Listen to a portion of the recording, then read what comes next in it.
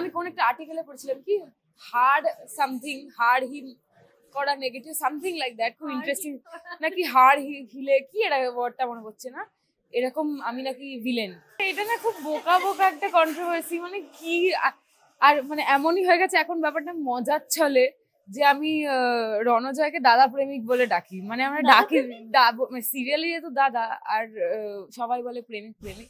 অনেকদিন পর মিশমিকে আমরা খুব পজিটিভ একটা ক্যারেক্টারে পেলাম, খুব ইন্টেন্স, খুব পজিটিভ। এটা কি খুব ভেবে করেছিলে যে আর নেগেটিভ চরিত্র নয়? আমি ভাবিনি, এটা ভেবেছিল হচ্ছে সৃজিত দা, যে আমাদের সৃজিত দা এবং আমাদের লেখক সৃজিত দা হচ্ছে আমাদের এখন ডিরেকশন দিচ্ছে এবং আমাদের সব শো দেখেন, এবং সৌভিক দা যিনি লেখক আর কি, ওরা দুজন মিলে ডিসাইড করেছিল যে ওরা আমাকে আর নেগেটিভ চরিত্রে আপাতত কাস্ট করবে না, ওরা আমাকে পজিটিভ চরিত্রে দেখতে চায়। এবং আমার এই নেগেটিভ, আমি কোন একটা আর্টিকেলে পড়ছিলাম কি হার্ড সামথিং হার্ড হিল করা নেগেটিভ সামথিং লাইক দ্যাট, খুব ইন্টারেস্টিং নাকি হার্ড হিলে কি এটা ওয়ার্ডটা মনে পড়ছে না, এরকম আমি নাকি ভিলেন, ওই ওয়ার্ডটা তারপর ভিলেন।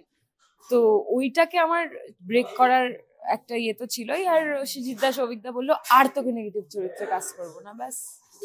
অনেক রকমের চরিত্র করেছো, প্রধান চরিত্র আমরা তোমাকে দেখেছি, নেগেটিভ চরিত্র বিভিন্ন রকমের শেডসে দেখেছি, এবং এখন তোমার এই চরিত্র দেখছি। এটা কি কোথাও মনে হয় মিশমি যে নেগেটিভ ক্যারেক্টারে অনেক বেশি শেডস থাকে, করার জায়গা অনেক বেশি? অ্যাকচুয়ালি ডেফিনেটলি থাকে, বাট দেন अगेन আমাদের মানে টেলিভিশনে কিছু কিছু নেগেটিভ চরিত্র থাকে যেগুলো ওগুলো খুব একঘেয়ে টাইপের। সো নতুন জিনিস মানে করার এভরিডে সেটা খুঁজে নিতে হয় অনেস্টলি। মানে তোমার একটা বেসিক স্ক্রিপ্টেও তোমার অনেক কিছু তুমি নিজে সেটাকে ইন্টারেস্টিং করে ফেলতে পারো, তো সেটা অ্যাক্টরের ওপর ডিপেন্ড করে, খানিকটা ডিরেকশন খানিকটা স্ক্রিপ্ট সবটা মিলিয়েই আর কি। সো আমার সবটাই ভালো লাগে, আমার সব মানে অভিনয় যে কোনো চরিত্র করতেই ভালো লাগে। অনেকদিন কিন্তু কলকাতায় আছেন ভদ্রমহিলা, গোয়া টোয়া চলে যাচ্ছেন না? হ্যাঁ, না হয়তো লুকিয়ে লুকিয়ে গেছিলাম, তোমরা জানো না। মানে ফ্যান পেজ জানে না এমন কোনো জিনিস নেই, তবে অনেক কিছু ভুল ভালো হয়, মানে ভালোবাসা যেমন তাতে প্রকাশ পায়, মানে প্রজেক্টটা শুরু হওয়ার সঙ্গে সঙ্গে কত রকম কন্ট্রোভার্সির মধ্যে পড়ে গেলে খুব সুন্দরভাবে হ্যান্ডেল করে। মানে এটা না খুব বোকা বোকা একটা কন্ট্রোভার্সি, মানে কি আর মানে এমনই হয়ে গেছে এখন ব্যাপারটা মজার ছলে যে আমি রণজয়কে দাদা প্রেমিক বলে ডাকি, মানে আমরা ডাকি সিরিয়ালি তো দাদা আর সবাই বলে প্রেমিক প্রেমিক, তো আমরা এরকম দাদা প্রেমিক বলেই ডাকি।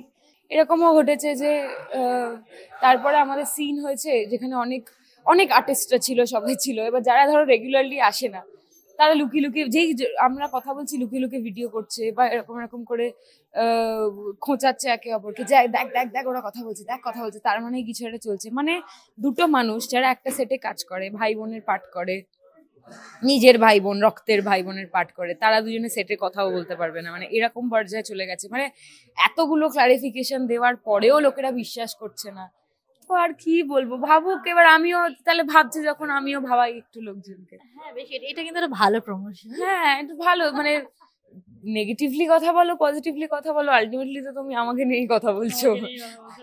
কিন্তু একটা বিষয় জানতে ইচ্ছা করে, এই যে যারা হুটপাট লিখে দেয় বা পোস্ট করে দিল, মজা করছো তুমি, স্পোর্টিংলি নিয়েছো, ইটস ওকে, কিন্তু বেশিরভাগ ক্ষেত্রে এটা তো স্পোর্টিংলি মানুষ নেয় না, হয়তো তার সঙ্গে একটা জড়তা চলে আসে।